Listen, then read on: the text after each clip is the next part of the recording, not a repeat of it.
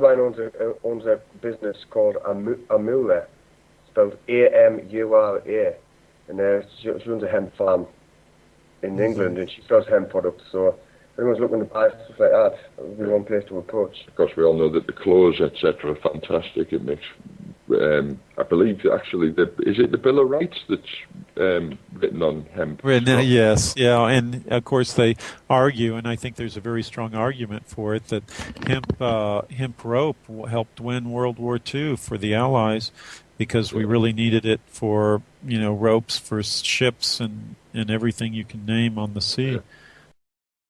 Going back to earlier, the British Empire was built on its naval fleet, which absolutely relied on hemp for the sails and the rope and everything, didn't it? So, well, it's true. I mean, you're absolutely right. And it gets down to the essential question, which is, why shouldn't people have the right to consume or use a product like that if they harm someone because they're using hemp, or because they're using alcohol, or because they're behind the wheel of a car, or because they used a lawnmower incorrectly. There are laws that for the harm they've caused under common law, then, wouldn't they? So yeah, well, they're punishable, but you don't punish them before they've committed a crime. You, as someone's saying, you only lose your right if you ask for it. I agree with that, and so people should be able to take these products, should be able to use them, just so long as they aren't harming someone else or violating someone else's equal right to use the products. I mean, that's really what it's about. Yeah, it's fundamentally about sovereignty over your own body, isn't it? It's the same thing with the Codex Alimentarius issue at the end of the day. It's who has the right to tell you what you can and can't eat. Well, that's the beauty. That was the beauty of the English common law. I mean, it's the difference between Napoleonic law and English common law. And unfortunately, the British have had Napoleonic law shoved down their collective throats, whereas English common law said, that which is not specifically prohibited is allowed. Napoleonic code law is the exact opposite. That which is not specifically allowed is prohibited. And the difference is that there's this whole range of things that until you prove that it shouldn't be allowed, then you should be able to do it. But the continental Europeans, they see it differently. They want to tell everyone what to do. And by joining the EU, Britain essentially gave up its English common law. I mean, really, when you cut to the chase. Yeah, I mean, we're trying to claw it back now, Scott, but I think you're probably right in that sense, in that it's fundamental that because we don't have that respect for the common law anymore in our institutions, that we've got to where we are now, essentially. I think it's basically the whole sovereign movement in this country is based on Article 61 of the Magna Carta, which says that our 1973 entry into the European Union was an act of treachery, and that we shouldn't be bound by it. Our government had no right to give our sovereignty away to a foreign power. So essentially, our position is that we are not bound by what was not lawfully done in the first place. When you said something to me about if you declare yourself indigenous, you're more likely to be more protected by. It's one of the things I've been looking at in relation to this, is that bizarrely England, or the United Kingdom Corporation, is a signatory to a United Nations treaty to protect the rights of indigenous peoples, and that protects your right also to not be a member of the civil franchise if you're indigenous. Well, actually, Brazilian tribesmen wouldn't be forced to have a national insurance number. Well, actually, you raise an interesting point, one that I'd forgotten about till you said that, and that is that in the United States there is a legal way by legitimately joining some of the Indian tribes, the Native American tribes. You can extract yourself from this the regulatory ambit of the FDA, and you can do things that other people could not do, normal citizens couldn't do. So that is a legal way. I believe there's a similar system adopted in New Zealand and Australia, where they've adopted a system of tribal councils, And it sounds like a sensible way to progress to me, especially seeing as the UK has signed up to the treaty to protect indigenous people. I find it quite ironic that when Englishmen invaded the Native Americas, first thing we could do was to wipe out all the indigenous people, and now we're wanting to join them to save themselves from the government. Yeah, it's quite ironic. All the white men are running back to the tribes saying, we've changed our minds, can we join your side? I know I've been looking into the Sioux Nation in America. Is it at least one of them's actually declared themselves seceded from the Union, hasn't they, Scott? Have you heard anything about that? What, the Indian tribe or the I believe state? So. They've torn up the treaty that they had with the white man, you might say. Yes, I did hear of that. I can't recall which tribe. There's so many different tribes. I think it was one of the northern Plains tribes. I can't recall. But yes, that did happen, and it's something that may spread. Well, the U.S. may not be far behind the European Union in terms of having problems and splitting up. There are many who have predicted that. But before we get totally off the cancer subject, can I go back to something? Would you mind? Please. Yeah. Okay, because a lot of people have brought up the subject of this sodium bicarbonate treatment for cancer, and this comes out of this Simoncelli guy, primarily, who's done a lot behind that. I'm passingly familiar with it. To be honest, I haven't spent a lot of time on it because I think the GCMAF and the other things are far more effective. However, it seems to be based on the theory that cancer is a very acidic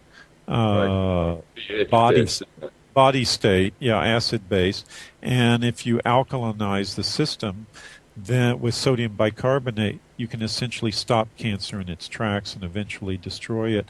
I think there's a lot of truth to the general concept of it because the more alkaline your diet, that is, the more alkalinizing your diet, eating fruits, vegetables, items that will alkalinize your system, because our pH is typically in about a 7.1 to 7.2 or 3 range, which is essentially neutral. But all these people drinking Diet Cokes or Cokes and the like, which are highly, highly acidic, or cups of coffee, which are very acidic, or eating a very grain-rich diet and meat-rich diet, which is acidic, they're very much acidizing their system instead of alkalinizing it. And the sodium bicarbonate treatment is supposed to readjust that in a very radical way as well. So it's more effective on skin cancers and stuff as a topical rather than... Because I'm not sure how much sodium. I'll tell you, the best thing for skin cancer that I've seen, I've ever come across in precancerous, is a North American Indian salve called Black Salve. There was a company till the FDA forced them to change the name that produced a product called CAN-X, CAN-X, that was really effective, and it gave instructions on how to put it on, and it eats away cancer tissue on the skin very effectively at a low cost that you can do in your own home. And I've used it myself on because I'm light-skinned and I have light hair, the hair that I do have, and I've used it quite effectively to eliminate a couple of precancerous spots, and it worked like a charm.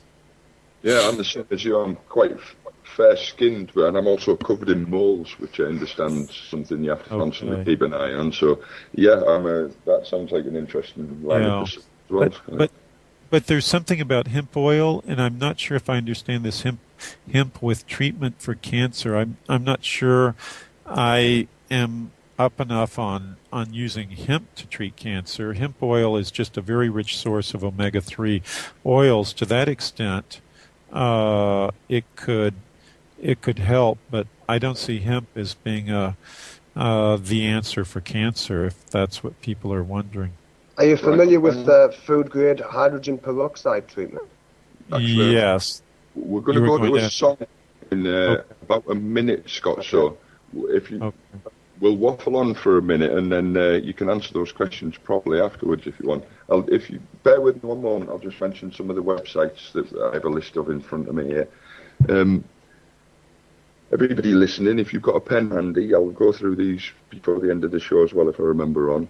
There's a couple of websites you probably already know about, but I'll tell you about them anyway. Firstly, there's www.freemanisland.ning.com. Now, the next one would have been www.freemanwales.ning.com, but I think they've changed at the moment, so I'm not. Just ignore that one.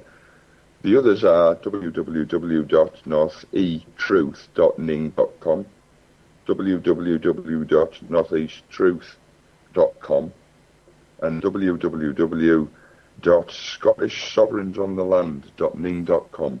So if you're trawling about later on, have a look at any of those. I've done it myself, and they're all top sites.